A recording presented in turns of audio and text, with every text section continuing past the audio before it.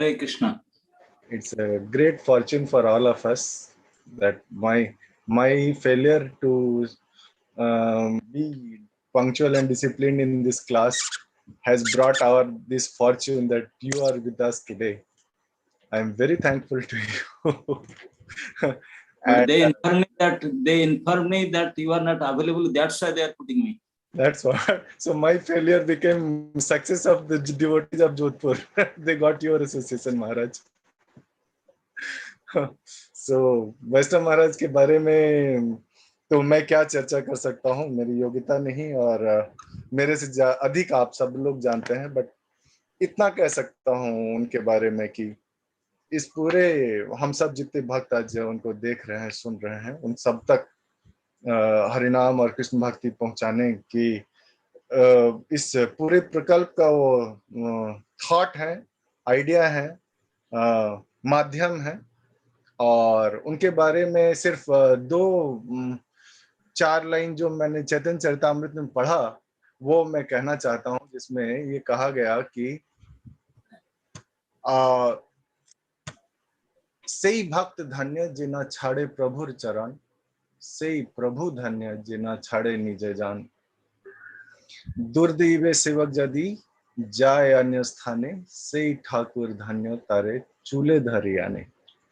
तो वैष्णव महाराज ऐसे विलक्षण और महान भक्त हमारे बीच में हैं, जो हम लोगों की इस तरह से देखभाल भी करते हैं, हम पर निगाह भी रखते हैं और हमें इतना प्रेम भी देते हैं। तो उनके मुख से सुनने के लिए हम सब लोग आतुर हैं। महाराज प्लीज। हरे कृष्णा। सर्वप्रथम मैं आज इस प्रोग्राम में, इस सत्र में जितने भी श्रद्धालु भक्तगण जहां जहां से योगदान किए हैं, सभी के चरण में विशेष प्रणाम करना चाहूंगा। और महाभारत प्रभु, मैंने सुना कि every Saturday he used to give, but this Saturday is absent, but I am seeing he is there. Not there, but rather he is welcoming. Anyway, so why Jasoda Prabhu is putting his hand up? You want to say something? Jasoda Krishna Prabhu, you want to say something? No Maharaj, initially Radha Govind की आरती हो रही थी. At that time I told them कि दर्शन करवा दीजिए. Earlier hand raised. But your hand is still there. मैं इसको नीचे कर लेता हूँ महाराज.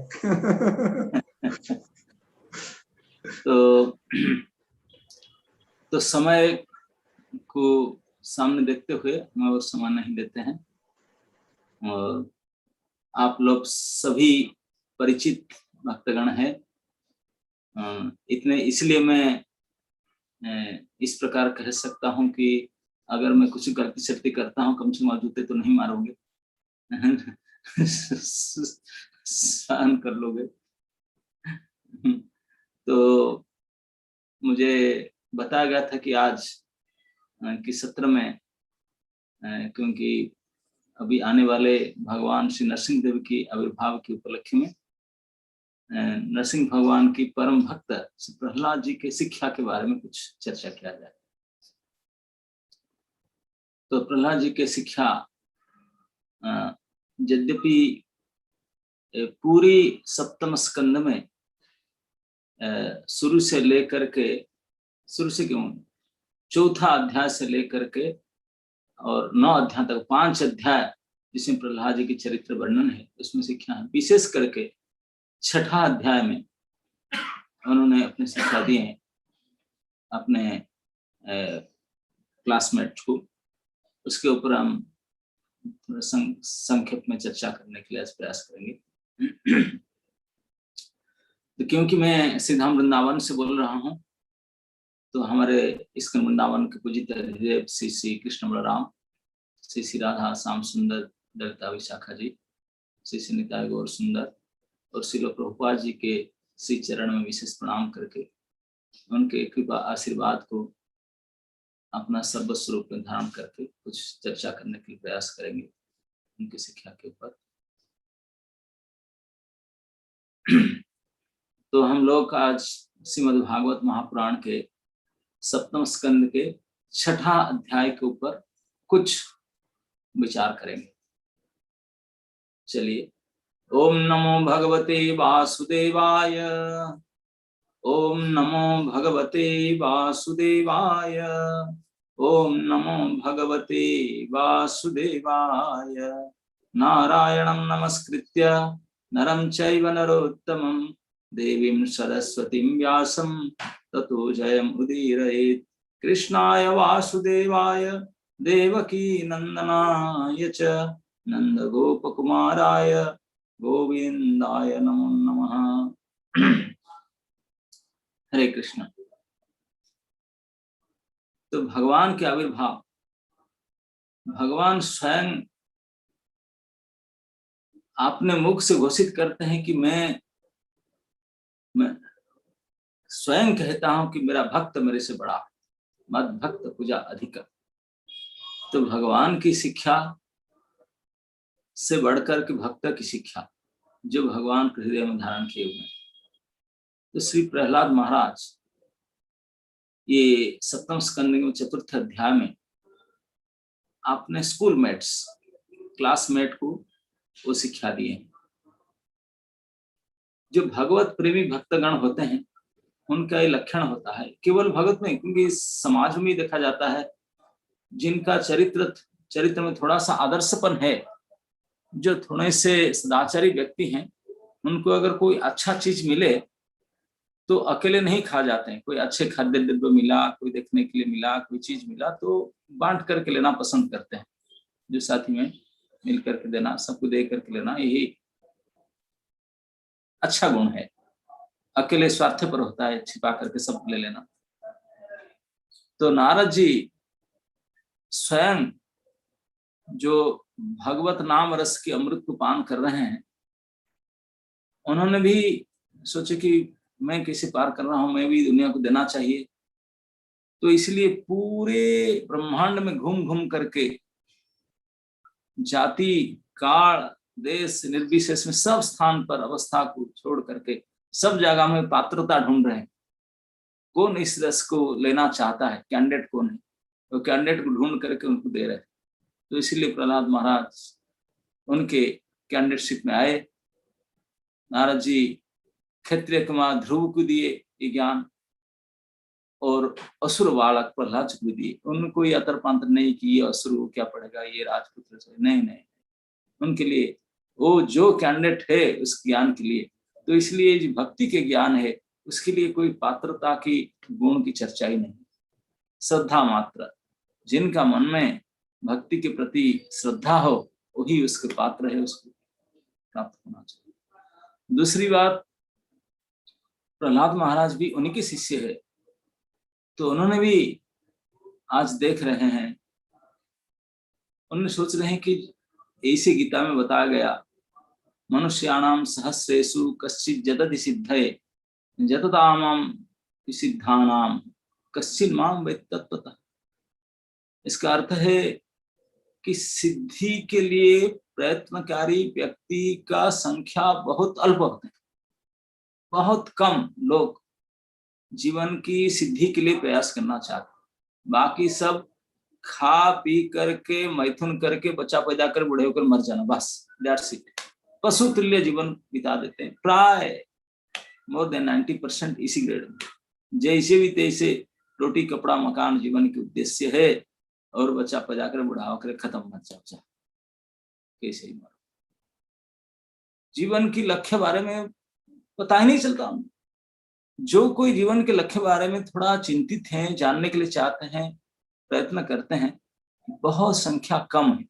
बहुत अल्पसंख्यक के लोग, बड़े सौभाग्यशाली लोग जो जीवन लक्ष्य के बारे में जानने के लिए चाहते हैं, प्रयत्न करते हैं, उस सिद्धि को प्राप्त करने की प्रयत्न करते हैं, बहुत कम लोग।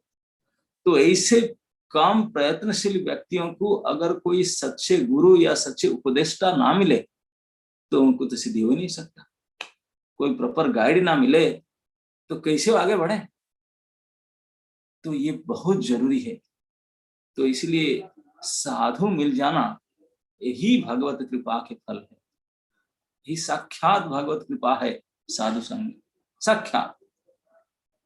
तो प्रहलाद महाराज परम साधु, भगवान नारद जी के कृपा से हजारों साल उनके संग से उन्होंने जो भक्ति के विज्ञान को प्राप्त किए थे और उसी उनको अनुभव कर रहे हैं। आज स्कूल में रिसेस समय, रिसेस मतलब खेल छुट्टी जो बीच में खाने की छुट्टी होता ना, उस समय में तो टीचर लोग चले गए लंच आवर में, स्टूडेंट लोग खेलने के लिए, क्योंकि राजपुत्र थे कुमार, देखने में बहुत सुंदर थे, गुण भी इतने सुंदर था, तो सभी आते थे उनके पास मित्रता करने के लिए, उनके साथ सेल्फी खींचने के लिए, उनके नंबर मैंने उनके साथ जाने के लिए, वही सब प्रयास करते हैं जो भी होते हैं, ये सभी का नेचर होता है। तो सभी आकर के प्रहलाद के चारों तरफ घेर करके बैठ गए। तो प्रहलाद जी देख रहे हैं, यद्यपि प्रहलाद उनके समवयस्क है 5 साल के, लेकिन ये नहीं पता कि उन्हें वेरी वेरी सीनियर डिवोटी, कई हजारों साल उन्होंने माँ के गर्भ में नारद जी से ट्रेनिंग प्राप्त कर चुके थे इससे पहले। तो उन्होंने देखे कि ये जो बालक गण है उनके चारों तरफ, उनके friend, they are all perfect candidate, बड़े सुंदर पात्र। क्यों? कि उनके अंदर विकार अभी आया ही नहीं, विकार शून्य है उनके हृदय, उनके चित्त अभी विकार शून्य है। अभी विकार नहीं आया। विकार आने से पहले इस निर्मल चित्त में, इस शुद्ध चित्त में अगर शुद्ध ज्ञान दे दिया जाए तो कितने अच्छा है, फिर अशुद्धता से बच जाएंगे। नहीं तो एक बार विकार आ जाए तब तो फिर भारी पड़ेगा फिर तो नहीं हो सकता। तो इसलिए तो उनके अंदर प्रेम पाने का जो योग्यता को देख करके प्रहलाद महाराज के मन में बड़े उत्साह हुआ, अरे they are so pure now, so clean hearted now, जितना अच्छा। तो उनको इसी अवस्था में अवश्य ही ये ज्ञान देना चाहिए। आज ही हम चर्चा कर रहे थे, मनुष्य शरीर को शास्त्रीय भाषा में कलेवर कहा गया। इस कलेवर शब्द का अर्थ पर चर्चा कर रहे थे, आचार्यों की टीका से प्राप्त हुआ। कलेवर का शब्द का अर्थ है जो अव्यक्त मधुर रस है उसको प्राप्त करने का जो वरिष्ठ साधन है उसको कहते हैं कलेवर। मतलब मनुष्य शरीर एक ऐसे मुख्य साधन है जिसके द्वारा उस अव्यक्त मधुर रस को आस्वादन किया जा सकता है। अव्यक्त मधुर रस क्या है? न केवल भक्ति रस ही अव्यक्त मधुर रस, क्योंकि बाकी सारे व्यक्त रस है, दिखाई पड़ता है। ये जो सब 5 प्रकार के रस हम 5 इंद्रियों से प्राप्त करते हैं, शब्द स्पर्श रूप रस गंध, यही तो आस्वादन करते हैं हम ये 5 इंद्रिय से। शब्द स्पर्श रूप रस गंध, इस 5 जो विषय भोग ये व्यक्त है, दिखाई पड़ता है। और ये इसको शास्त्र में 20 करके कहा गया, ये विषय 20 है। तो इस 20 पान देख करके हम करते हैं, लेकिन जो असली अमृत अव्यक्त है, जो दिखाई नहीं पड़ता, जो भगवत भक्ति रस है, वो इतने मधुर है। इस रस को आस्वादन करने का एकमात्र महासाधन ये मनुष्य शरीर है, इसलिए इसको कलेवर कहा गया। कलेवर बर मतलब श्रेष्ठ, कल मतलब अव्यक्त मधुर रस की प्राप्ति करने का साधन। तो ये जो मनुष्य शरीर जिसके द्वारा कृष्ण भक्ति को ठीक ठीक से आस्वादन किया जा सकता है और किसके द्वारा नहीं, तो अगर हम इसको नहीं कर पाए तो मनुष्य शरीर प्राप्त करना बेकार हो जाएगा, हाथ से चला जाएगा चांस। तो प्रहलाद महाराज इसको ध्यान में रखते हुए, क्योंकि ये जो ब्याच मेरे सामने अभी है, they are all 5 years old boy, अभी कुमार अवस्था सभी का है। कुमार अवस्था मतलब 5 साल में ही एडमिशन करते हैं ना स्कूल में, सभी न्यूली स्कूल में एडमिट हुए हैं, सब 5 साल के लड़के। 5 साल के लड़के के मन में काम विकार आदि कोई होता ही नहीं है ना। नहीं, मिनिमम 8 साल के बाद में कोई स्त्री पुरुष का भिन्न, क्योंकि स्त्री अलग होता है, पुरुष अलग होता है, भेद दृष्टि 8 साल के 9 साल के 10 साल के बाद ही होता है, इससे पहले होता नहीं।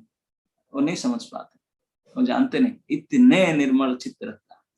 तो इस निर्मल स्थिति को देख करके प्रहलाद महाराज ने बोले, रे रे रे इस बिल्कुल पात्रता है, इसी समय उनको दे देना चाहिए पवित्र ज्ञान को, नहीं तो एक बार उसमें गड़बड़ विकार घुस जाए, बागे अगड़म बगड़म घुस जाए तो ब्रेव हो, वैकेंसी नहीं मिलेगा, फिर वैकेंसी नहीं। चित्त में इतने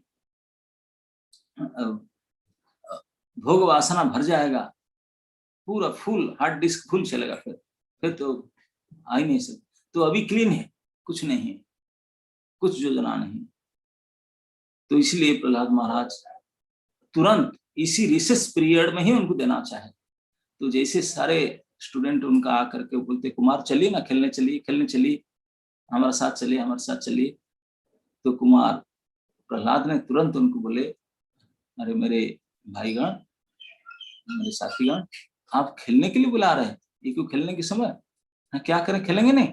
नहीं, ये तो बेकार से इस समय को मिसयूज करना है, दुरुपयोग करना है। फिर कैसे सीधे से बोले, फिर क्या करना है? तो प्रहलाद महाराज उनको बोलने लगे। सबसे पहले प्रहलाद शुरू करते हैं प्रथम श्लोक से, कौमार आचरित प्राज्ञो धर्मान भागवतान इह दुर्लभं मांसम जन्म तदपि अध्रुवम अर्थदम, कि सभी के कौमार अवस्था था। तो बोलते हैं इसी कौमार अवस्था से ही आचरण करना चाहिए। बोले कुमार अवस्था तो वर्णाश्रम धर्म शुरू नहीं हुआ, अब तो स्टूडेंट लाइफ में एंट्री किए। बोले ये वर्णाश्रम धर्म को छोड़ो, मैं वर्णाश्रम धर्म का बात ही नहीं कहता हूँ, कोई वर्ण कोई आश्रम की बात ही नहीं होता। फिर बोले मैं जो बात करता हूँ भागवत धर्म की बात करता हूँ। भागवत धर्म के सामने कोई उम्र, कोई जाति, कोई देश, कोई काल, इसका चर्चा नहीं होता, ये सबसे परे भागवत धर्म। तो भागवत धर्म को ये 5 साल के अवस्था से अभ्यास करना चाहिए, आचरण करना चाहिए। धर्मान भागवतान इह, प्रभुपाद जी ने इसमें लिखते हैं अनुवाद में, भक्त प्रहलाद महाराज ने कहा, पर्याप्त रूप से बुद्धिमान मनुष्य को चाहिए कि वह जीवन के प्रारंभ से ही अर्थात बाल्यकाल से ही अन्य सभी कार्यों को त्याग कर भक्ति कार्यों के अभ्यास में इस मानव शरीर का उपयोग करे। यह मनुष्य शरीर अत्यंत दुर्लभ है और अन्य शरीर की भांति नाशवान होते हुए भी अर्थपूर्ण है, क्योंकि मनुष्य जीवन में भक्ति संपन्न की जा सकती है। यदि निष्ठा पूर्वक किंचित भी भक्ति की जाए तो पूर्ण सिद्धि प्राप्त हो सकती है। अगर निष्ठा पूर्वक किंचित भी भक्ति की जा सकती है, थोड़े भी, जितने संभव हो कर ले, तो दैट्स इनफ आल्सो। तो कोई अगर पूछे कि कम समय में, अभी हमारे भारतवर्ष में ये कोई उम्र होता है, इसी कम समय, थोड़ा बड़े होने दो, ग्रेजुएशन करने दो कंप्लीट, उसके बाद में करेंगे, उसके बाद जौवन अवस्था आ जाने दो, किशोर अवस्था आ जाने दो। तो प्रहलाद महाराज कहते हैं कि जौवन आएगा क्या गारंटी है? जौवन अगर ना आए तेरा जीवन में, ऐसे भी हो सकता है, कोई गारंटी है तेरा जौवन अवस्था तक तो रहेगा? हाँ, बात तो सही, कोई गारंटी तो है नहीं। तो फिर इसलिए बोलते अध्रुवम, ये मनुष्य शरीर का एक लक्षण है कि उसका गारंटी नहीं कब तक रहेगा, जाना निश्चित है।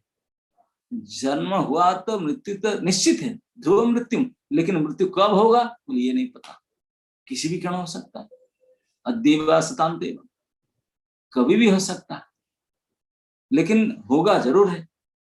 तो जब पता नहीं तो कैसे गारंटी दे सकता है कि तो इतने समय तक रहोगे? तो कहा नहीं जा सकता। तो इसलिए बोलते हैं कि जब युवक अवस्था आएगा तो भक्ति कर पाओगे, युवक अवस्था आएगा तभी ना। अगर युवक अवस्था आने से पहले ही तेरा मृत्यु हो जाए तब, तो इसलिए अपेक्षा मत करो। कोई निश्चितता नहीं है कि कब तक आपका एक्सपायरी डेट आ जाए, कब तक है हमको पता नहीं, अध्रुवम, कोई निश्चितता नहीं। तो इसलिए इस समय में कर लेना चाहिए, इसी कुमार अवस्था से अभी हम कुछ सुनना, खाना पीना, जानने के ज्ञान प्राप्ति करने का जो पहली कक्षा है, जब पहली कक्षा में एडमिशन करते हैं स्कूल में, तो उसी समय स्कूल कोर्स को छोड़ करके ये कोर्स को पढ़ना चाहिए। प्रहलाद महाराज का कहना, तद नाम ग्रहणादि, भगवत नाम जप आदि पूर्वक ये जो भक्ति है उससे शुरुआत होना चाहिए, करना चाहिए। कोई बोलेंगे अगर मर जाएंगे युवक होने से पहले, कोई बात नहीं, नेक्स्ट लाइफ में कर लेंगे, ये युक्ति दे सकते हैं। कुमार साहब ऐसा क्यों बोलते हैं कि हम युवक बनेंगे? नहीं, अगर आपका कहने में युवक अवस्था होने से पहले अपना डेथ हो जाता है तो कोई बात नहीं, नेक्स्ट लाइफ में करेंगे, ऐसा कोई बात नहीं, नेक्स्ट लाइफ में करेंगे। बोलते नेक्स्ट लाइफ में मनुष्य जन्म मिलेगा, कोई गारंटी है? बाबा, ये हमारा जिस प्रकार हम कर्म करते हैं, लॉ ऑफ नेचर ने ये 84 लाख वेराइटीज जो शरीर है उसमें से निश्चित करके हमको दे देता है। तो हम केवल अगर इस खान पान पशुतुल्य जीवन बिताएंगे तो मनुष्य शरीर तक कतई नहीं मिलेगा। हम किस योनि में डाल दिया जाएगा पता नहीं, स्थावर जंगम में किसी में डाल दी जाए, स्थलचर, आकाशचर, जलचर, किसी में डालें, किस योनि में क्या पता। मनुष्य शरीर का कोई गारंटी नहीं, इसलिए बोलते दुर्लभ, हम अति दुर्लभ, वेरी वेरी रेयर। 84 लाख प्रकार के शरीर है, हर एक शरीर के आयु कम से कम 100 साल के होता है। तो इवोल्यूशन प्रोसेस में ये 84 लाख मतलब 80 लाख शरीर को एक एक शरीर में 100 साल बिता करके कंप्लीट करके फिर मनुष्य शरीर प्राप्त करने के लिए योग्य होते हैं। लेकिन वो भी मनुष्य मिलेगा कि नहीं, कोई गारंटी नहीं उसमें। तो ये विशेष भगवान की कृपा से ही कोई मनुष्य शरीर के प्राप्त होता है, अति अति दुर्लभ। तो ये रेयर, बहुत दुर्लभ ये जो अवसर प्राप्त है मनुष्य जन्म का, वो कब तक रहेगा कोई गारंटी नहीं। तो जब तक है तब तक उसको सदुपयोग कर लिया जाए।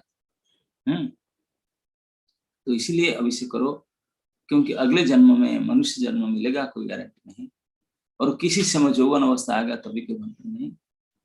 लेकिन इतना कहते हैं कि दुर्लभम और अध्रुवम, लेकिन उसके ऊपर एक शब्द है अर्थदम, मतलब बाकी कोई भी शरीर 80 लाख अलग अलग प्रकार के शरीर है, इन शरीर में जो अर्थ को सिद्ध नहीं किया जा सकता, इस शरीर में इस अर्थ को सिद्ध किया जा सकता। इस बोलते अर्थदम। क्या अर्थदम? मतलब केवल मनुष्य शरीर से ही गुरु और कृष्ण की कृपा प्राप्त किया जा सकता है। बाकी कोई शरीर में प्राय ये असंभव है, असंभव। भक्ति की जैसे अभी हम बोल रहे हैं, भले ऑनलाइन भी क्यों ना हो, आप लोग सुन रहे हैं, आप में से कोई पशु पक्षी कोई बैठ कर सुन रहा है क्या? नहीं, इम्पॉसिबल। भागवत चर्चा आदि ये सब बात मनुष्य ही सुन सकता, और वो मनुष्य में भी जो मनुष्य श्रद्धालु है वो, बाकी सब मनुष्य नहीं। लिंक भेजने पर भी नहीं सुनते। और दूसरी बात क्या करें, उनको लिंक अवेलेबल कराया गया, मैसेज भी दिया गया वेल इन एडवांस, तब भी नहीं जैन होते हैं। अगर जैन करते हैं तो कैमरा आप करके फिर खेलते वहीं पर चले भी जाते हैं, पता नहीं चलता सुनते कि नहीं सुनते। तो इसलिए नहीं है, तो सभी जत्नशील नहीं है, कितने कराया गया जबरदस्ती। तो लेकिन बोलते हैं कि यही मनुष्य शरीर ऐसा है जिसमें इस महान अर्थ को सिद्ध कर सकता है। मनुष्य प्रत्येक जीवन का जो लक्ष्य है, इस लक्ष्य को, इस सिद्धि को प्राप्त कराने वाला एकमात्र योग्य शरीर है मनुष्य शरीर। इसलिए अर्थदम, अर्थ को देने वाला है। असली अर्थ है ये, असली अर्थ है भगवत भक्ति, भगवत प्राप्ति। इस अर्थ को देने वाला शरीर मनुष्य शरीर, बाकी कोई शरीर से ये नहीं कर सकते। तो इसलिए ये जो मिला है तो उसको don't please miss use it, उसको ऐसे इस प्रकार से गलत उपयोग मत कीजिए। ये बहुत ही सौभाग्य से मिला है। और उसको ये प्रहलाद महाराज कहते हैं कि हे मेरे साथीगण, तो उसको इसे खेल कूद में मत गवाइए। फिर क्या करें, भागवत धर्म को कैसे आचरण करें? तो कहते हैं यथा ही पुरुषस्येह विष्णु पादोपसर्पणम यदि स सर्वभूतानां प्रिय आत्मेश्वर सुहृद। कहते हैं ये मनुष्य जीवन व्यक्ति को भगवत धाम वापस जाने का अवसर प्रदान करता है। मैंने कहा ना, ये मनुष्य जीवन ही भगवत धाम वापस जाने का एक अवसर प्रदान करता है। अतः प्रत्येक जीव को विशेष रूप से उसे जिसे मनुष्य जीवन मिला है भगवान श्री विष्णु के चरण कमल की भक्ति में प्रवृत्त होना चाहिए। यह भक्ति स्वाभाविक है, ये कोई नहीं कि सभी नेचुरल है। नेचुरल क्यों? क्योंकि हम भगवान के अंश हैं। अंश होने के नाते हमारे पास नेचुरल अटैचमेंट है अंश के प्रति। नेचुरल। कोई पानी को कितने भी ऊपर फेंको तो पानी ऊपर जाएगा नहीं, निम्नगा, वो हमेशा नीचे की ओर आएगा। कोई आग को कितने नीचे की ओर फेंको उसका लपक हमेशा ऊपर ही जाएगा, क्योंकि सूरज उनके अंश ऊपर होता है और पानी जो सागर है वो नीचे, इसलिए पानी नीचे की ओर आएगा और ताप आग ऊपर की ओर जाएगा। क्योंकि जहां उनका अंश रहता है वही, जहां उनका अंशी रहता है अंश वहीं जाने के लिए प्रयास करेंगे। ठीक भगवान हमारे अंशी, हम उनके अंश हैं, तो नेचुरल है, ये स्वाभाविक है।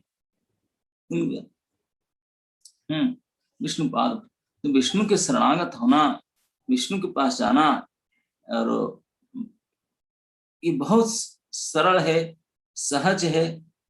क्यों? क्योंकि यद ऐसा सर्वभूतानां प्रिय, जितने प्रकार के प्राणी है सबके लिए प्रिय है, आत्मा है, ईश्वर है और सुहृद है। ये सभी रस लगा दिए, शांत रस, दास्य रस, सख्य रस और वात्सल्य माधुर्य, सभी प्रिय, ईश्वर, आत्मा, प्रिय, सर्वभूतानां, ये सारे रस में, किसी भी रस में, किसी भी संबंध में, किसी भी रिलेशन में आप भगवान के साथ जुड़ सकते हैं। किसी ना किसी, कोई सर्वभूतानां, कोई ऐसे मनुष्य नहीं है, कोई ऐसे जीव नहीं है जिनका भगवान के साथ संबंध ना हो। हम हर किसी का संबंध है, हम भूल चुके हैं। इस संबंध को जागृत कराना, this is our main project. हमारा एकमात्र प्रोजेक्ट होना चाहिए जो भूले हुए संबंध को दोबारा जागृत कराना। एक बार जग जाए तो बस ये स्थिति आ जाए कि जैसे गीता में भगवान कहता ना, जंग लब्धा परमं लाभम मन्यते नाधिकम ततः जस्मिन् स्थितेन गुरुणा न विचालयेत्। तो कहते हैं कि जब लब्धा परमं लाभम मन्यते न अधिकम ततः, जिसको प्राप्त करने के बाद में फिर उससे बढ़कर कोई चीज है, कोई माना नहीं जाना, उससे और बढ़कर को हो ही नहीं सकता, उससे बढ़कर कुछ हो ही नहीं सकता, माना नहीं जा सकता। ये सबसे बड़े अचीवमेंट है। यही भगवान की संबंध को हम अगर जागृत कर ले, उनसे जुड़ जाए, तो इससे बढ़कर के प्राप्ति, शांति और आनंद कोई और दुनिया में हो ही नहीं सकता। और इसको एक बार कोई प्राप्त कर ले, बड़े से बड़े विपत्ति, तकलीफ आपको कोई विचलित नहीं कर सकता, क्योंकि आप अपने कॉन्शियस, आपके असली स्थिति पर आ गए। जो असली स्थिति पर आ गए फिर तो निर्भय, निडर होकर रहेंगे, पूर्ण सुरक्षा से रहेंगे। तो ये स्वाभाविक है, हम सभी का भगवान के साथ किसी ना किसी प्रकार से संबंध है। किसी 5 रस से संबंध से, किसी भी एक रस के साथ संबंध है। भगवान कपिल देव जैसे भागवत में कहते हैं कि कोई प्राणी अगर मेरे साथ, मैं सभी के ईश्वर हूँ, सबके पालनहार हूँ, पोषण करता हूँ, पति हूँ, क्या करता हूँ, सब कुछ, तो कोई भी अगर मुझे अपना सखा, अपने पति, अपने पुत्र, अपने भाई, अपने मित्र, अपने ईश्वर किसी प्रकार मान करके मेरे साथ संपर्कित हो करके मेरा अगर सेवा पूजा में भक्ति करे तो उसको यह काल बाधित कर सकता है क्या? असंभव। यही भगवत युक्ति है। तो जो इस प्रकार भगवान के साथ संबंधित हो जाए, जो यही संबंध हमारा नेचुरल है, लेकिन हम भूल चुके हैं। इस भौतिक गुण के अंदर आ करके आपने मिसगाइडेड हो करके हमारे दशा हो चुका है। तो असल स्थिति को इस प्रकार से फिर जागृत करना चाहिए। तो बोलते हैं कि बोलेंगे अरे ये शरीर तो सब बोलते हैं सुख भोगने के लिए है, सुख भोगना चाहिए, है ना? नहीं, इस पूरे संसार वर्तमान जो एडवांस सोसाइटी है, एडवांस सोसाइटी के जो मुख्य लक्ष्य है to enjoy, enjoy is the only goal of life, somehow और अदर टू एंजॉय। तो उसके बारे में प्रहलाद जी ठोस उत्तर देते हैं 3 नंबर श्लोक में। सुखम इंद्रियकम दैत्या देह योगेन देहिनाम सर्वत्र लभ्यते दैवात् यथा दुखम यत्नतः। भक्त प्रहलाद महाराज ने आगे कहा, हे दैत्य कुल में उत्पन्न मेरे मित्रों, शरीर के संपर्क से इंद्रिय विषय से जो सुख अनुभव किया जाता है, यह तो किसी भी योनि में आपने विगत सकाम कर्म के अनुसार प्राप्त किया जा सकता है। ऐसा सुख बिना प्रयास के किसी प्रकार स्वतः प्राप्त हो जाता है, जिस प्रकार हमें दुख प्राप्त होता है। क्या ठोस आर्गुमेंट दिए उन्होंने। बोलते हैं हे दैत्य पुत्रों, हे मेरे फ्रेंड्स, जो सुख की बात करते हैं, अपने एंजॉय की बात करते हैं, मतलब सुख की बात, ये सुख कैसे भोगते हैं? बोलते हैं शरीर से। न, शरीर से कैसे भोगते हैं? शरीर से सुख भोगने का 5 मशीन फिट किया गया है ना? नहीं, ये इंद्रियां, 5 ज्ञानेंद्रियां जो हैं, जिसके द्वारा सुख भोगा जाता है, ये आंख, नाक, कान, त्वचा, जिह्वा, है ना? शब्द, कान के द्वारा शब्द के सुख, बढ़िया सुनने का, अच्छा गाना। स्पर्श, चमड़ी के द्वारा नरम गरम मुलायम स्पर्श, स्पर्श सुख, शब्द स्पर्श। रस, जिह्वा के द्वारा रस, शब्द स्पर्श रस। गंध, नाक के द्वारा, रूप आंख के द्वारा, और स्वाद जिह्वा के द्वारा। इस प्रकार शब्द स्पर्श रूप रस गंध, ये जो 5 ही प्रकार की विषय सुख को आप इस 5 इंद्रिय के द्वारा प्राप्त करते हैं, इसको इंद्रिय सुख कहा जाता है। ये तो सभ्य शरीर में ये 5 प्रकार के इंद्रिय फिट किया गया, क्योंकि सभी सुख भोगना चाहते हैं, तो इसलिए सुख भोगने के लिए माध्यम में 5 प्रकार इंद्रिय दिया गया। तो प्रहलाद महाराज कहते हैं कि अरे ये जो इंद्रिय के द्वारा जो सुख आप प्राप्त करते हैं, देह जोगी न देही नाम, बोले जो देही हैं, जो देह धारण किए हैं, तो देह मात्र में ही उनको प्राप्त होगा, उसके लिए आप प्रयास क्यों कर रहे हैं? ये तो देह जोग है। जो प्राणी जिस देह को प्राप्त किए हैं, हर एक देह में सुख और दुख दोनों ही है। चाहे आप चींटी से लेकर ब्रह्मा पर्यंत किसी भी देह को ले लीजिए, कोई 4 पैर वाला, 2 पैर वाला, 9 पैर वाला, बहु पैर वाला, किसी प्रकार की ले लीजिए, सभी में ये इंद्रिय सुख भोगने की वासना रहता है।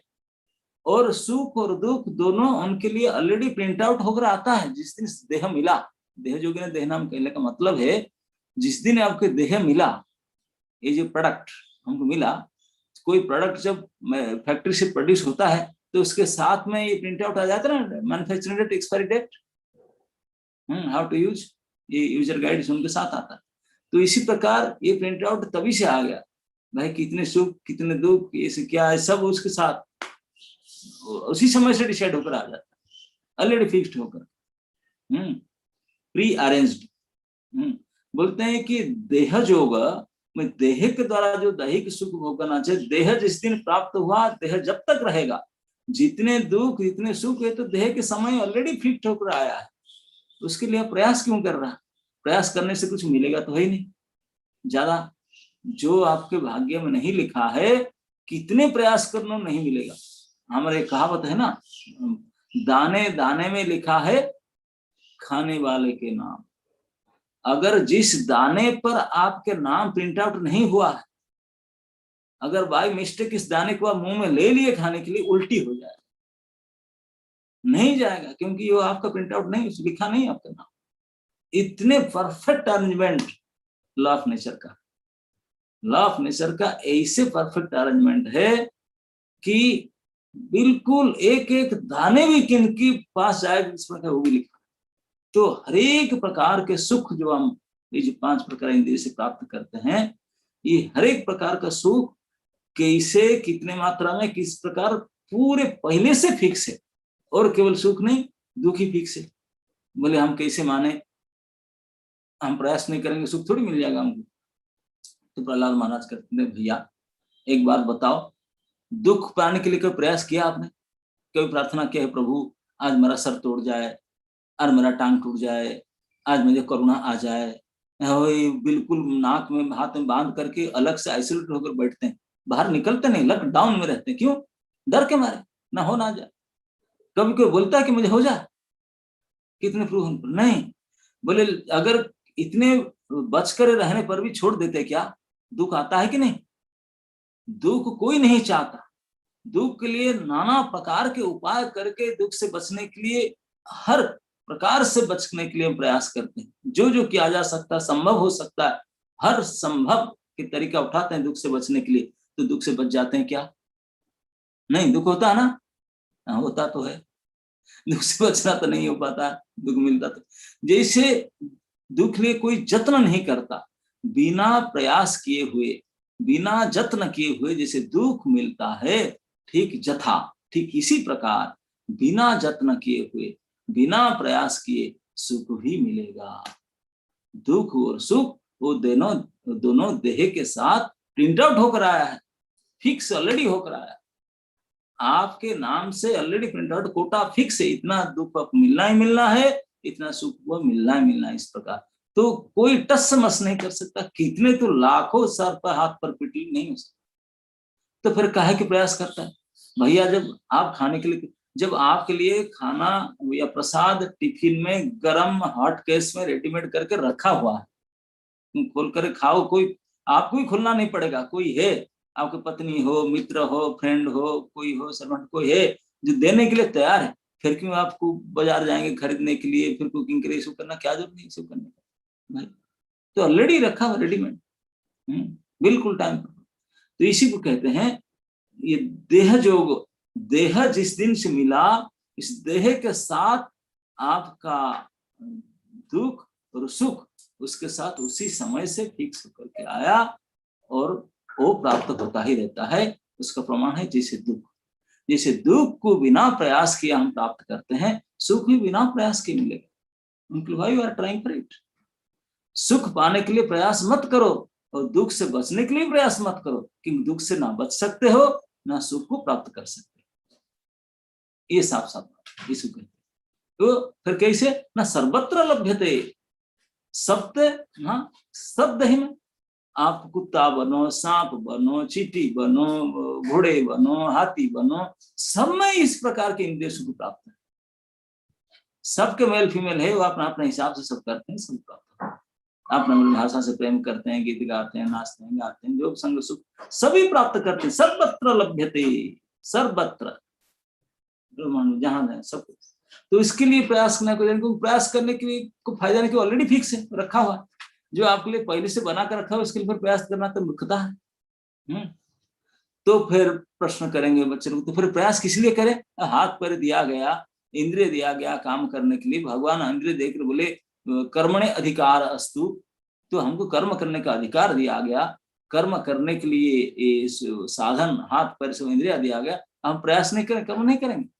तो प्रहलाद महाराज कहते बोले सुनो तो सही ना, क्या न तत्प्रयास न कर्तव्यो यथा आयु व्यय परम न तथा विन्दते खेमं मुकुंद चरणाम्बुजम। बोले प्रयास तो करना ही है, प्रयास करने के लिए तो ये इंद्रियां देह सब इसे दिया गया, प्रयास करना चाहिए, लेकिन सबसे ये प्रयास नहीं करना चाहिए। पहले मान लो क्या नहीं करना चाहिए। जैसे आप कोई बीमार है तो डॉक्टर पहले आपको बताता है, मेडिसिन खाने से देने से पहले बोलते ये नहीं खाना, परहेज बताता है पहले परहेज है। हमारे संस्था में कोई आते हैं नए तो हम उनको क्या करना पहले नहीं बताते, पहले बोलते हैं फॉर रेगुलेटरी प्रिंसिपल, भैया ये 4 नहीं कर सकते, हमारे साथ रहना तो ये 4 तो नहीं कर सकते, पहले वादा कर लो। no meditating, no illicit sex, no intoxication, इस प्रकार के, नो गैम्बलिंग। तो ये 4 चीज पहले निगेशन, मना करते। करना क्या है ना, 16 माला जप करना, भागवत सुनना, ऐसे तो बाद में करेंगे, लेकिन सबसे पहले परिचय करें क्या नहीं करना। तो यहाँ प्रहलाद महाराज भी इसी प्रकार से कहते हैं, तत्प्रयास न कर्तव्यो, ऐसे काम नहीं करो। कैसा काम ना, जिस काम करके आपको थोड़ी लिमिटेड जो एज, टाइम, आयु जितना मिला, तो आयु को बर्बाद मत करो। यूजलेसली, यूजलेस वर्क में यूज करके उसको बर्बाद मत करो। आयु व्यय परम, बेकार में खर्चा हो जाएगा, कोई मतलब का नहीं रहेगा, बेकार खर्चा हो जाएगा। आपके थोड़ी बहुत आयु मिला है, कोई 70-80 साल, पता नहीं जितने साल की जितना है, वो अननेसेसरीली यूजलेसली मिसयूज हो जाएगा। तो ये काम को मत करो। कौन सा काम ना, जो काम हम जो देह सुख के लिए जो काम करते हैं, देह इंद्रिय सुख के लिए जो कर्म करते हैं, ये ऑलरेडी तो पहले फिक्स है, इसके लिए करके हमारा आयु को बेकार गवा रहे हैं। तो इसलिए इस प्रकार काम ना करें। क्यों? इसके लिए प्रयास, देह सुख के लिए प्रयास ना ना ना प्रयास मत करो, क्योंकि वो ऑलरेडी फिक्स है। तो प्रयास कितने भी कर लो, नहीं मिलेगा। जब तक टाइम है, जो मिल रहा है मिलेगा ही। तुम प्रयास न करने पर मिलेगा, करने पर नहीं मिलेगा। फिर बोल क्यों? न तथा विंदति खेमं मुकुंद चरणाम्बुजम। खेम मतलब लक्ष्य, दूसरे असली लक्ष्य है, इसके द्वारा वो लक्ष्य प्राप्ति नहीं होगा। मनुष्य जीवन के जो असली एजेंडा है, जो असली गोल है, जो असली लक्ष्य है, खेम है, ये इससे प्राप्त नहीं होगा। केवल सुख भोग के लिए प्रयास में अगर आप रत रहोगे, तो यूजलेसली आपका बेकार समय खराब हो जाएगा, और आपका जीवन के लक्ष्य, जिसके लिए तो आया था, जिसके लिए शरीर मिला, ये कुछ काम नहीं बनेगा। ये लक्ष्य सिद्धि नहीं हो सकता। ये लक्ष्य क्या है? लक्ष्य तो यही है, मुकुंद चरणाम्बुजम। मुकुंद के चरण की प्राप्ति करना ही जीवन के एकमात्र लक्ष्य, बस यही कहते हैं। उसके अलावा और कोई लक्ष्य है ही नहीं। प्रत्येक मनुष्य मात्र के, प्राणी मात्र के, इससे मनुष्य तो योग्य है, मनुष्य मात्र के एक ही लक्ष्य है, मुकुंद चरणाम्बुजम। मुकुंद शब्द का अर्थ है मुक्ति देने वाले। हम सब कंडीशन, बद्ध अवस्था, बद्ध जीव बंधे हुए हैं बेचारे, आपने आदर्श नाना प्रकार से बंधे होकर के बुरी तरह से कष्ट भोग रहे हैं, न चाहते हुए, ऐसी अवस्था। तो इससे मुक्ति प्राप्त करके, असली मुक्ति हम भगवत शरण प्राप्ति हो जाना से होता है। इसलिए मुकुंद चरणाम्बुजम, मुकुंद चरण प्राप्ति जो ये इस प्रकार के काम से, कर्तव्य से नहीं बनेगा, इस प्रकार प्रयास से ये फायदा नहीं होगा। तो इसलिए ऐसा मत करो। इस प्रकार के टाइम खराब मत करो, इस प्रकार से काम करके।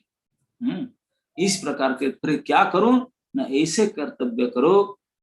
कैसे कर्तव्य ना, उसके बाद कहते हैं, ततो यतेत कुशलः खेमाय भवमाश्रितः शरीरं पौरुषं जावन् विपद्येत पुष्कलम्।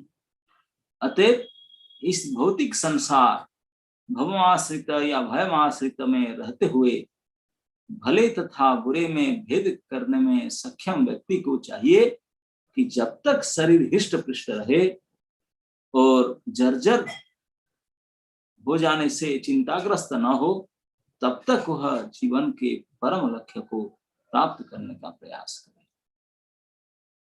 कहते हैं कि ये शरीर का ही असली यूज है। ततो यतेत कुशलम, ही अच्छा होगा कि जो खेम शब्द यहाँ बताया, जो जीवन की वास्तविक लक्ष्य है, उसको प्राप्ति करने के लिए अभी से प्रयास किया जाए। जो बुद्धिमान व्यक्ति, समझदार व्यक्ति, जानकार व्यक्ति है, उस इसी काम के लिए टाइम को यूज करें। इस भयावह जगत में ये भवमाश्रित, ये भव जो है बारंबार जन्म लेना पड़ता है। पदम पदम जद विपदम न, जहाँ हर पग पग में विपद है, हमेशा भय में, विपद में भरे रहते हैं।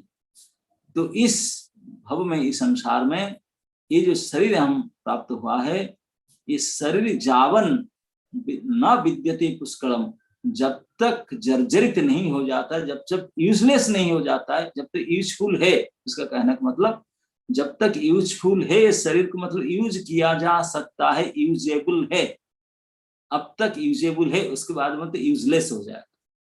एक समय आएगा, सभी आप जानते रिटायरमेंट, वो अपने अपने कंपनी, अपने अपने गवर्नमेंट, सब प्राइवेट सेक्टर सब बोलते हैं कि now you are useless, go head retire, हम तुझे खुद भत्ता भत्ता देंगे, जाओ घर में, अब कोई काम का नहीं है।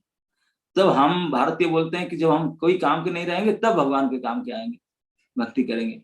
हैं, ठगने के लिए और कोई नहीं मिले तुझे, भगवान को ठगना चाहिए, ऐसे नहीं हो सकता। तो बोलते हैं कि जब तक शरीर नालायक हो जाता है तब तक काम कुछ कर लो, नहीं तो जब नालायक हो जाएगा तब तो फिर क्या, कुछ नहीं कर सकता। ये श्रवणम कीर्तनम पाद श्रवणम स्मरणम ये सब कुछ कर ही नहीं सकता। अभी आप फिट हो, ये सब करने के लिए फिट हो, तो इसलिए कर डालो, अभी कर डालो, जो आप कर सकते हो इसको अभी अभी कर लेना चाहिए। क्योंकि ये शरीर के द्वारा, मनुष्य शरीर के द्वारा ही किया जा सकता है। जिसमें अभी भी कहा था, आप जो श्रवण कर रहे हैं, कोई और शरीरधारी कर सकते हैं काम? नो, नहीं कर सकता। तो आप अगर श्रवण नहीं करोगे तो you are missing the chance. आपके जो आयु है अब गया, बेकार हो गया, दूसरे काम पता चला। तो इसलिए केवल इस अवसर को, मनुष्य शरीर जो समय हमारे पास इतने समय है, जब तक बुढ़े होकर के जर्जर ना हो जाता है, व्याधि ग्रसित नहीं हो जाता है, जब तक वेंटिलेटर तक नहीं जाते हैं, मतलब ऑक्सीजन लेवल ठीक ठाक है, तब तक हरि नाम कर लो। और उसके बाद तो क्या पता, क्या पता, जैसे कुलशेखर महाराज कहते हैं, अद्यैव हे प्रभु इसी क्षण मेरा मृत्यु हो जाए, क्या पता अंत में कफवात पित्ते स्मरणं कुतस्ते, कैसे स्मरण हो पाएगा मेरा। तो अभी आई एम फिट कैंडिडेट, ठीक ठाक हूँ, याद करता हूँ, आपको बोलता हूँ, अब भी मेरी मृत्यु हो जाए तो मैं याद कर सकता हूँ। इसी बात है, पुष्कलम ना विद्येत पुष्कलम। जब तक इस बुरी दशा नहीं आता, जर्जरता दशा नहीं आता, तब तक कर लो क्या, न इस लक्ष्य को प्राप्ति करने के लिए उपाय को कर लो। जब तक शरीर हिष्ट पुष्ट रहे, जर्जर ना हो, तब तक जीवन के परम लक्ष्य को प्राप्त करने के लिए प्रयास करो। जीवन की परम लक्ष्य जो है मुकुंद चरण प्राप्ति, यही एकमात्र जीवन की परम लक्ष्य है, और कुछ नहीं, और कुछ परम लक्ष्य नहीं है। जिनको हम लक्ष्य मानते हैं, ये विषैली चीज को, इसको हम पढ़ेंगे तो पुनरपि जननम पुनरपि मरणम पुनरपि जननी जठरे शयनम, बारंबार इस भव संसारी है संसारे खड़दुस्ता, बारंबार जन्म पढ़ के रहे, कभी किनारे नहीं लगेंगे। तो एक बार इस संसार समुद्र से, ये भव यातना से, इस भव सागर से, नाना प्रकार दुख से हट करके परम शांति, आत्यंतिक सुख को प्राप्त करना है। जिस सुख को प्राप्त करने से फिर दोबारा कोई दुख का स्वप्न भी नहीं आएगा, कि उससे बढ़कर और कोई सुख है ऐसा महसूस भी नहीं होगा। इस सुख को प्राप्त करना चाहते हो तो जब फिटनेस है आपके अंदर, जब भी आपके शरीर में फिटनेस है, तो हम कोई काम के लिए फिटनेस चेक करते हैं, इसे यूजलेस काम के लिए हम मिसयूज करने के लिए फिटनेस चेक करते हैं, नहीं, असली मिसयूज होता है इसके द्वारा। तो इसलिए प्रॉपर यूज करना है फिटनेस को भगवत भक्ति करके। ये अव्यक्त रस मधुर रस को प्राप्त करो, और आपके फिटनेस को पूरा पूरा यूज करो इस काम के लिए। जब तक आपका बुढ़ापा नहीं आए, जब तक रिटायरमेंट नहीं कर लेते हो, तो हम सोचते हैं रिटायरमेंट के बाद करूंगा। अरे मूर्ख कहेंगे, तो इसी काम के लिए नालायक हो गए रिटायर, तो ये काम किसी करोगे? किसी को ठग रहे हो? तो हम एक्चुअली धोखा देने का प्रवृत्ति हमारे अंदर इतने ज्यादा भरा पड़ा है। तो बाकी कोई संसार में तो सब कुछ चांस ढूंढते हैं धोखा देने के लिए, कोई नहीं मिले तो भगवान को धोखा देने के लिए तैयार हो जाते हैं। उनको धोखा देंगे क्या? आप प्रभु जी को धोखा दे देंगे, बोलेंगे ठीक है अभी आ गए प्रभु, अभी हमको संभालो। अब सारे जीवन ऐसे गड़बड़ करके आया, अभी तो कोई नहीं है, घर वाली भी साथ नहीं देता, शरीर भी साथ नहीं देता, और बच्चे भी निकाल दिए, और पैसा भी नहीं है, देख नहीं पाता हूँ, सुन नहीं पाता हूँ, चल नहीं पाता हूँ, मूंगफली नारियल चुबा नहीं सकता हूँ, दांत भी नहीं, ये सब हो गया। अभी आपके पास आ गया मैं भक्त बनने के लिए, भक्ति करने के लिए। भगवान बोले वाह वाह वाह, क्या कमाल है। फिटनेस में ही देखना। है ना? नहीं तो इस प्रकार से नहीं नहीं, ऐसे नहीं हो सकता। जो अंत्य नारायण स्मृति यही सफल है। तो अंत में नारायण स्मरण कभी होगा? जब जीवन पर्यंत, जब जीवन फिटनेस था तभी जो अभ्यास कर लो, जो अभ्यास किए होंगे जीवन भर में, वही अंत में याद आएगा। नहीं तो कितने भी अभ्यास करो, जैसे तोता को रटंती विद्या, रट रट करके करने से तोता को रटा दो राम राम राम राम राम राम करते का, बिल्ली आएगा तो च्याओ करेगा, राम राम नहीं करेगा। क्यों? स्वाभाविक। तो हमारा स्वाभाविक गलत हो गया है। हम हरे कृष्ण जपते हैं, रास्ता में चलते हैं, कोई पत्थर ठुकर लो, ई माँ ई बाप, तुरंत राम कृष्ण नहीं निकलेंगे, माँ बाप निकले। माँ बाप क्या कर क्या सकते तरह? नहीं, क्योंकि बिगड़ा हुआ आदत, सुधरा नहीं। तो इसलिए कितने ज्यादा अभ्यास करना पड़ेगा हमको, ताकि इस अवस्था में स्वाभाविक रूप से मुंह में हा कृष्ण हा राम शब्द निकले। जब ये स्थिति हम अभी अभी प्रैक्टिस नहीं करेंगे तो मरने समय कैसे निकलेगा? याद करो, है ना?